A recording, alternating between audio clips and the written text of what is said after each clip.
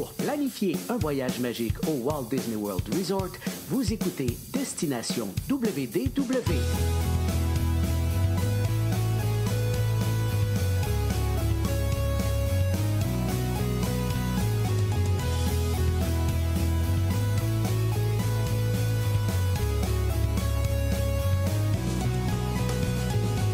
Voici votre animateur et ami personnel de Mickey, Jean-Philippe Paré.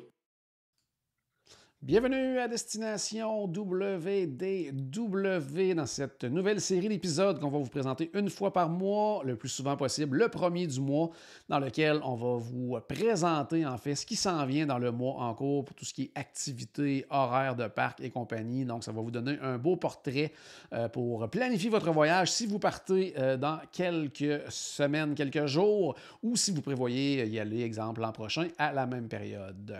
Avec moi aujourd'hui, Paul, qui est conseiller voyage du côté de Voyage Enchanté, également mon collaborateur le plus régulier du côté de Destination WDW. Salut Paul. Salut Jean-Philippe, ça va bien? Très bien, toi? Ça va très bien. Écoute, le plus régulier, le plus fidèle, Oui, tout à c'est pas fait, moi tout à fait. c'est moi qui est là depuis le moins longtemps, mais C'est ça, puis qui est le plus fidèle et le plus régulier. Donc, comme je le disais, ça va être de très courts épisodes. On va faire le tour rapidement de ce qu'il y a à savoir pour le mois qui s'en vient. Donc, mai 2023, on va débuter par l'horaire des parcs. Donc, du côté de Disney's Animal Kingdom, c'est assez stable. En fait, il y a deux horaires possibles, je dirais, pendant le mois. Donc, les parcs vont ouvrir très souvent à 9 h le matin ou à 8 h. Donc, surveillez correctement, dans le fond, l'heure d'ouverture du parc avant de vous y présenter. Et ça va fermer en soirée, soit à 19 h ou 20 h. Donc, horaire assez similaire là, pour tout le mois du côté de Disney's Animal Kingdom. Du côté de Disney's Hollywood Studios, 8h30 pour l'ouverture tout le mois de mai. Au niveau de la fermeture, ça varie quand même un peu. Parfois 21 h, parfois 21h30, parfois 22 h. Fantasmic sera présenté à tous les soirs à 9 h et le Wonderful World of Animation à 21h30. Et lors des soirées After Hours, on y reviendra un petit peu plus tard dans l'épisode, mais il y aura une deuxième représentation également, du coup, oui, à 23h45. Du côté d'Epcot, très simple, ouverture à 9 h, fermeture à 21 h, et ce pour tout le mois de mai. Il y a quelques soirées 1er mai, 8 mai, 15 mai, 22 mai et 29 mai où il y aura les heures magiques supplémentaires, mais uniquement pour les invités, visiteurs qui séjournent dans un hôtel de catégorie de luxe. Et à tous les soirs à 21 h, on va retrouver le spectacle Epcot Forever. Du côté de Magic Kingdom, 9 h à 22 h ou 9 h à 23 h, avec également des heures magiques supplémentaires pour les gens qui séjournent dans un hôtel de luxe, c'est-à-dire les 3, 10, 17, 24 et 31 mai. Du côté de Magic Kingdom, le Festival Fantasy Parade sera présenté à midi et 15 h, donc 2 fois par jour, et Happily Ever After à 21 h jusqu'au 13 mai, à partir du 14, 21 h 20. Et du côté des parcs aquatiques, Blizzard Beach fermé et il y a seulement donc Typhoon Lagoon qui est ouvert. On va aller avec Paul Petit maintenant. rajout là-dessus. Oui, vas-y. Petit rajout là-dessus, ne pas oublier que si vous résidez dans un hôtel Disney, les heures d'ouverture, ben c'est en réalité pour vous, vous avez accès 30 minutes plus tôt, donc Minimum les heures 30 minutes d'ouverture, plus c'est les tôt. heures d'ouverture officielles. Oui, toujours minimum 30 minutes. Moi, je vous dirais, gros conseil, présentez-vous avant Ouais. ce 30 minutes-là parce qu'ils ne veulent pas créer un bouchon 30 minutes avant l'ouverture. Donc, bien souvent, des fois même 45 minutes, des fois on est capable d'entrer dans les parcs. Donc, n'hésitez pas à arriver un peu plus tôt dans les parcs. On va aller de ton côté, Paul, pour prévision un petit peu du côté de l'achalandage dans les parcs. Là. Oui, ben comment il va y avoir de monde dans les parcs pendant le mois de mai? En fait, du 1er au 26, l'achalandage est moyen, c'est très constant. Tous les parcs, là, on parle des temps d'attente qui sont très raisonnables. Donc, ce qu'on appelle un achalandage moyen, justement. Il y a juste à partir du 27 jusqu'au 31, jusqu'à la fin du mois, que là, ça se gâte un peu, que l'achalandage va être élevé. La raison à ça, c'est que le 29 mai, c'est un jour férié aux États-Unis pour le Memorial Day. Donc, il va y avoir plus de monde, évidemment, autour de la fin de semaine du Memorial Day. Donc, à partir du 27 jusqu'à la fin du mois. Petit conseil pour cette période qui est à un achalandage plus élevé. Éviter Disney Hollywood Studios pendant toute cette période-là, parce que à Hollywood Studios, l'achalandage va être très élevé. Donc, on parle des gros temps d'attente. Donc, évitez d'y aller. Allez-y plus là, au niveau du 25, du 26, que là, l'achalandage va justement être moyen. Donc, je vous conseille d'y aller. Peut-être changer vos réservations de parc pour y aller plus tôt, éviter cette fin de semaine-là. Mais d'un autre côté, Magic Kingdom, au cours de ce week-end-là, l'achalandage reste moyen, même moyen bas là, pour ce week-end-là. Donc, l'option serait peut-être justement plus d'aller à Magic Kingdom pendant ce week-end-là, mais surtout éviter Hollywood Studios. Parfait. Bien sûr, ce sont des prévisions, c'est basé sur Ouais, des des prévisions. données des dernières années, donc ça peut changer, mais c'est C'est vraiment des prévisions, tout simplement. c'est sûr que s'il fait de la grosse pluie, des orages tout ce week-end-là, ben l'achalandage va être moins élevé. C'est en plein ça. Mais basé sur les années précédentes, c'est ce qu'on peut penser C'est ça. pour le mois de mai. Côté météo maintenant, est-ce qu'il fait beau au mois de mai habituellement? En fait, les minimums réguliers, standard, la moyenne, en fait, c'est 20 degrés Celsius minimum et ça peut monter jusqu'à 32 degrés Celsius quand même en journée, donc de très, très Quand belles même. journées. Par contre, c'est tout sauf humide, donc on est bien, c'est quand même chaud, il y a souvent une bonne brise, donc tu sais, c'est vraiment une très, très, très belle période, le côté météo, pour aller du côté de Disney. Vous avez, Oui, vas-y, vous avez Paul. choisi vous avez choisi un beau mois pour voyager à Disney. Oui, tout à fait, tout à fait. Puis il va y avoir parfois quelques jours avec un peu de pluie, un peu plus vers la fin du mois, parce que juin et juillet sont les 2 mois dans l'année où il pleut le plus du côté de la Floride. Donc, mai, donc vers la fin du mois de mai, il peut y avoir un petit peu plus de précipitations, mais en général, c'est un mois qui est quand même, somme toute, assez sec, là, si on se base encore une fois sur les années précédentes. Quand on va à Disney, il y a très souvent, la plupart du temps, des fermetures d'attractions. Paul, qu'est-ce qu'il y a présentement pendant le mois de mai? Pas beaucoup, vraiment, là, c'est vraiment un beau mai, Bonne c'est vraiment nouvelle. un beau C'est un bon mot, c'est un mois. bon Si on mot. commence, c'est un bon mot. Si on y va parc par parc, on commence par le plus récent, Disney's Animal Kingdom. Du 1er mai jusqu'au 12 juin, donc tout le mois de mai, le Boneyard sera fermé, là, qui est un genre de pour enfants, là, avec des glissoires, des endroits pour Ah ouais. grimper, des places creusées, des trucs comme ça. Donc ça va être fermé tout le mois de mai jusqu'au 12 juin. Ensuite de ça, si on va du côté de Disney's Hollywood Studios, il y a Fantasmic, OK, une grosse fermeture, là, mais c'est juste 2 jours. Donc, OK. peut-être à réarranger votre voyage en fonction de ça, là. Donc, le 1er mai, ben, aujourd'hui, techniquement, et le 2, Fantasmic va être fermé pour un court rafraîchissement. Et sinon, grosse fermeture, il y a Rock'n'Roller Coaster qui va être fermé. En fait, il va être fermé tout l'été. On ne sait pas exactement quand est-ce qu'il va rouvrir, mais c'est sûr qu'il ne rouvre pas au mois de mai. Mhm. C'est 100% certain. Epcot, techniquement, tout devrait être ouvert. Après ça, Magic Kingdom, ben là, bien évidemment, on en a entendu parler, mais si vous n'en avez pas entendu parler, Splash Mountain est fermé.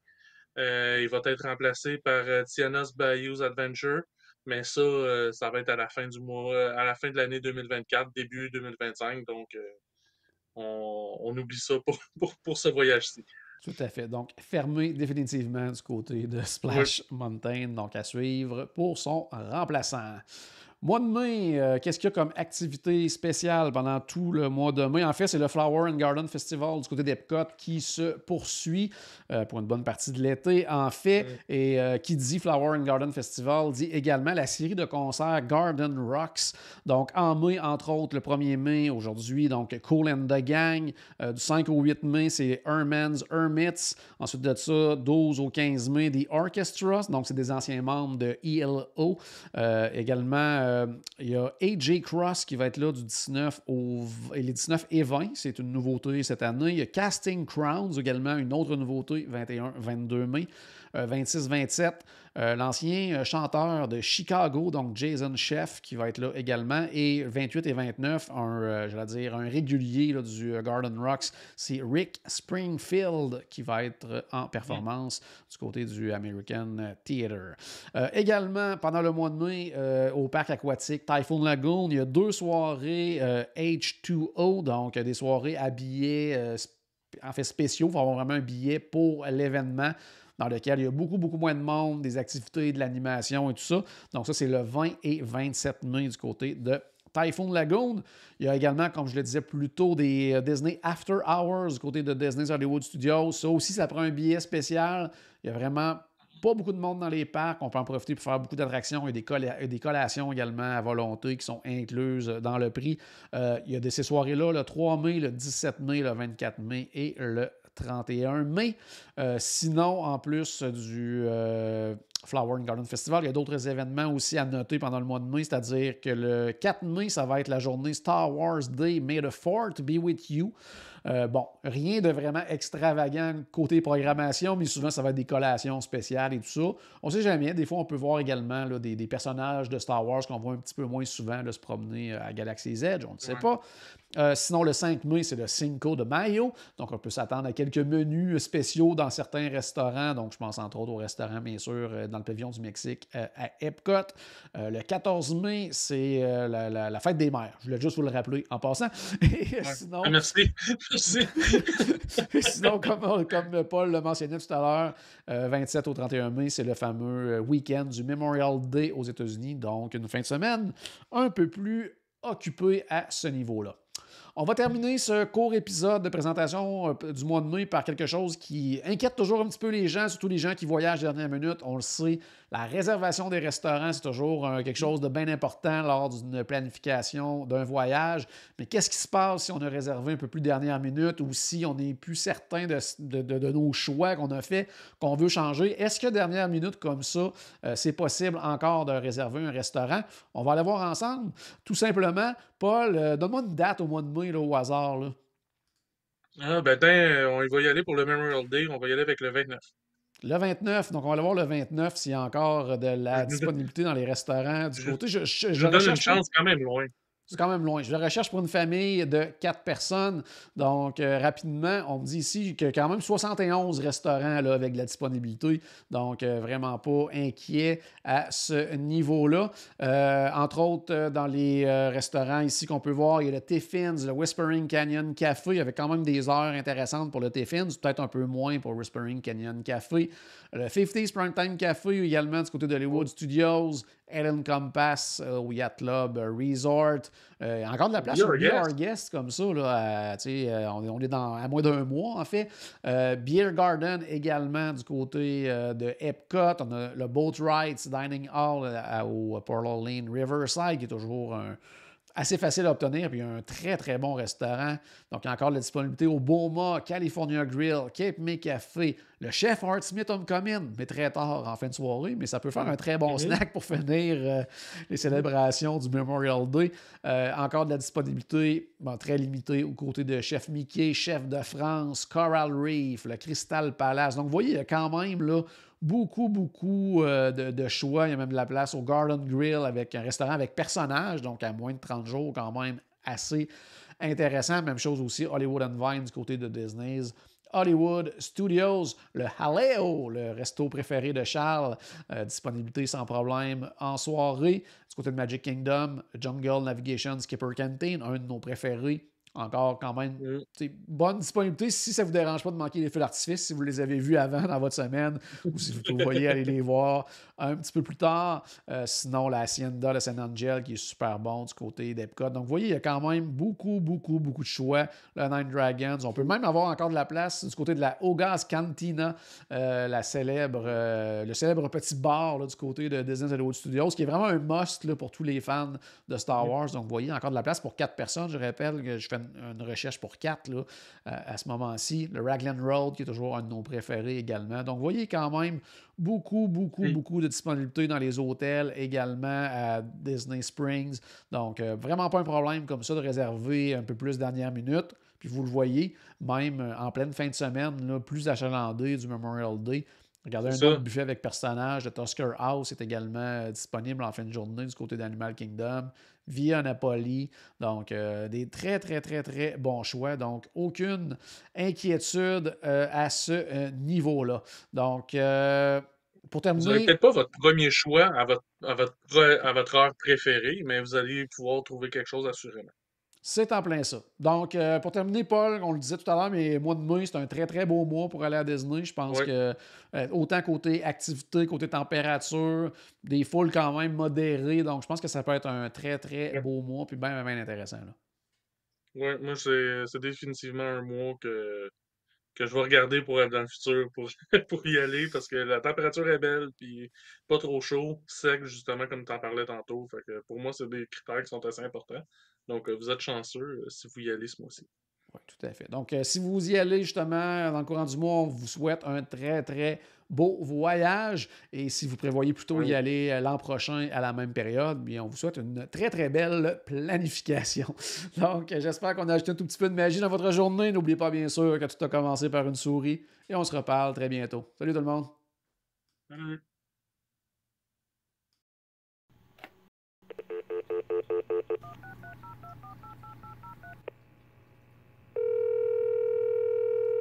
Bonjour, c'était Destination WDW.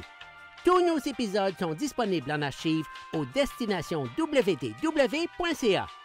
Saviez-vous que vous pouvez nous aider en vous abonnant à notre page Facebook, à notre chaîne YouTube ou en partageant nos épisodes sur vos réseaux sociaux? Ça vous coûte pas une Christie de scène et ça nous fait encore plus plaisir qu'une délicieuse Mickey Bar. Pensez-y! Ça vous coûte pas une Christie de scène et ça nous fait presque autant plaisir qu'un souper au Polite Pig. Pensez-y! Ça vous coûte pas une Christie de scène et ça nous fait presque aussi plaisir que 10 minutes d'attente pour Ratatouille. Pensez-y!